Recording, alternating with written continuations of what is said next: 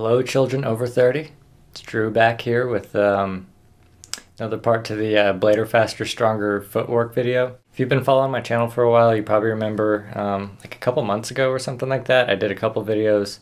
I did one that was on how to jump higher with a whole bunch of like exercises and stuff that I was planning on starting, and then I did one on footwork wherein my resolution was that because it was winter and I couldn't go outside and skate, I was going to take up ice skating, specifically figure skating, and sort of use that as a way to, skate when I couldn't skate, build up muscles that I wasn't having an opportunity to build up, again, because I couldn't skate. And also, a whole school of thought and footwork and philosophy regarding skating that I'd never been, exposed to or really looked into. So the jump and higher one, I found that just getting back into skating in September and skating as often as I do, which lately has been about 4 days a week, I'm in no position to like go to the gym and hit those muscles anymore. Like my freaking hip flexor muscles and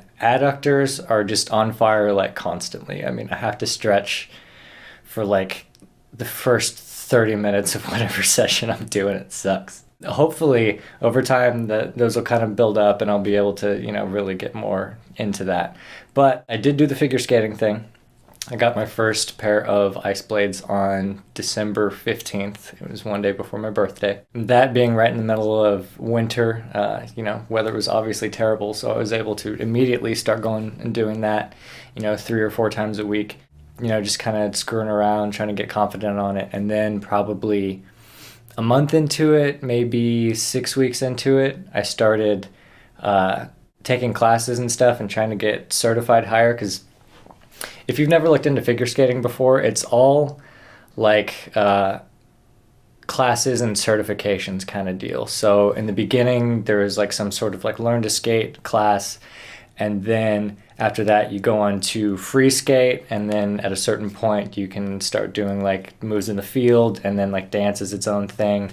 And then after that there's like, bronze and pre-bronze and juvenile, and it's like the whole thing. Within about 3 weeks of starting to take the classes and stuff, I was able to get through the adult program up to 6. So I'll show you what that looks like. All right, the U.S. Figure Skating Basic Skills Program. The adult curriculum is designed for the beginner adult skater. It will promote physical fitness and improve balance and coordination while teaching proper skating techniques. Divided into 6 levels, adult skaters will progress at an individual rate while being challenged and motivated. This is an exciting new program for people who look to skating as an enjoyable part of a fit and healthy lifestyle. I agree with all that. That's basically what I was looking for, and that's what I got out of it. That's solid. So anyway, yeah, this is basically what the program looks like. When I first started, they have at my rink like group classes on Saturdays, and I went to a couple of those, but found out pretty quickly that it was not ideal. With group classes, you can only really move through like one level at a time. There's not really a whole lot of ability or time for individual coaching and stuff like that. I mean, if you just need to go in and get checked off for some shit, like, it's cool. But I have a friend who's actually a coach out there, and he offered to hook me up with some private lessons and check me off on stuff as he saw fit. And yeah, doing that, I was able to get through all this stuff in about 3 weeks. So looking at it, and you can kind of look up whatever of these you don't know. It's all pretty solid stuff, man. Like, if ever in the future I have to teach somebody how to skate in really like any capacity, I'm going to look to this for a lot of that stuff. Of course, all of this stuff could be done on, some sort of inline skates with a toe pick, like the pick skates or the Snow Whites or whatever. But most of this stuff you can do on just regular rollerblades too. Obviously, like the 1-foot spins and the toe jumps, you're not going to be able to really do, but everything else is pretty good stuff. I have found though that most of the stuff is just going to be easier on ice. The design is just better for footwork. I mean, really, like, if you want to do a type of skating that's just footwork and, not necessarily interact with your environment to any capacity or anything like that, just straight footwork. Ice skates are really the way to go. They're brilliantly designed for doing that. So a lot of this stuff, like I said, I can do everything on rollerblades and I can do everything on ice skates. But there are certain things on here that aren't necessarily as clean on rollerblades. So I'm kind of having to go back and get some of that stuff in retrospect. But again, all this stuff was really great. It pointed out a lot of weak points in my control that I wouldn't have been aware of otherwise. For example, just, something as simple as working on edges, trying to maintain like an inside edge and go around a circle for as long as you can. I would have never just thought to go out and do that on my rollerblades, but being asked to do it for something like this and it being, a required element for doing some other stuff, just really made me aware of my skating in a way that's been pretty invaluable. The point of this whole program is to just get the basics and get the basics to a good enough point to where when you're sort of combining a lot of the concepts and skills, you already have a strong enough foundation to where, putting them together, sequencing them or altering them slightly isn't really a big deal because you're so grounded in those fundamentals that it's not really a big deal to move on to the next thing. And I will say that generally, this thing prepares you pretty well to go on to the next thing. This is the free skate curriculum, so this is when you really start getting into figure skating stuff. Each free skate level is divided into 4 sections: moves in the field, spins, dance footwork, sequence, and jumps. The free skate levels are designed to give skaters a strong foundation on which to build their skills. This is the point where the skater can choose whether to pursue a recreational or competitive approach to the sport of figure skating.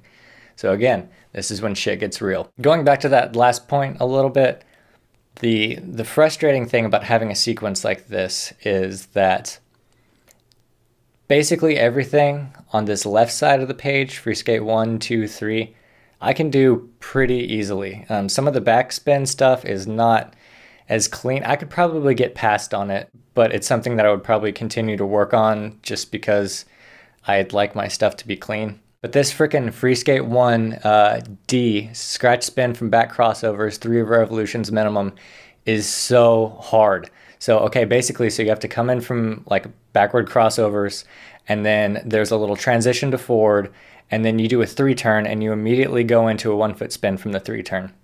So doing a 1 foot spin from just standing there on the ground or on the ice or whatever and whipping your foot around and going into the spin is one thing, but trying to like come into it from momentum and do like a 3 turn into it is so freaking hard. Like this thing should be so much farther down in the list.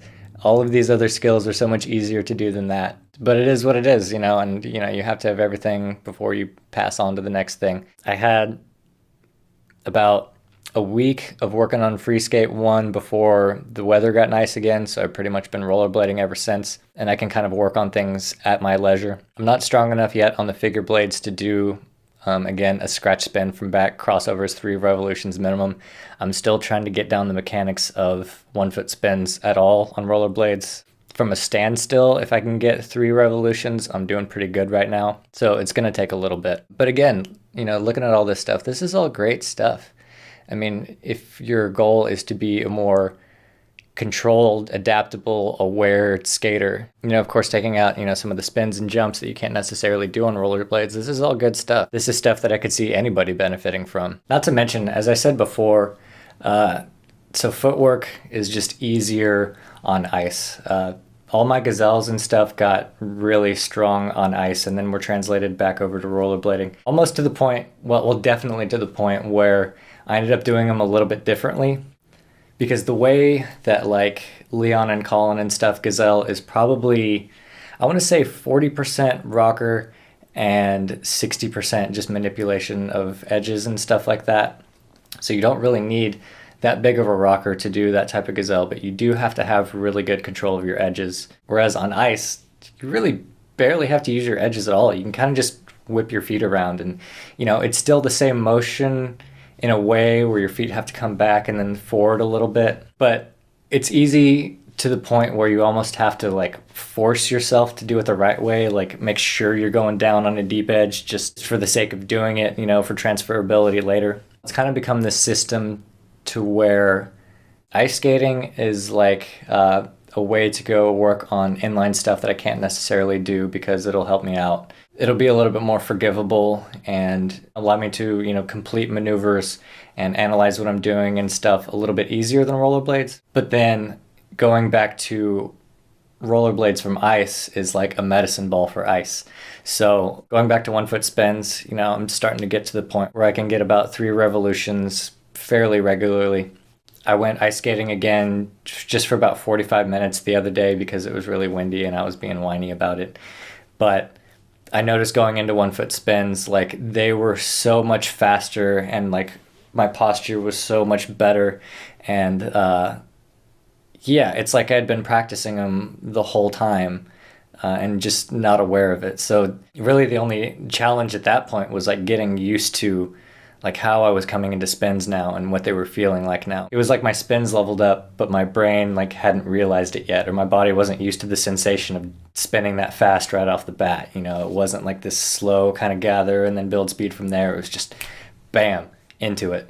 So yeah, all in all, it's been a great experience. I 100% intend to continue it. I can see my path in skating being very, very influenced by having some sort of figure skating background. So final verdict, if you're looking for a way to really hone your skating, bring certain deficiencies in your skating to your attention that you weren't aware were there, honing your skills in a way you wouldn't have otherwise, working on edge control on something other than soul grinds, I would absolutely recommend this. As far as applicability to aggressive skating, I will say that coming back off the ice, I can hold my sole foot on a lot longer than I could prior. Just getting comfortable holding that right outside edge or left outside edge.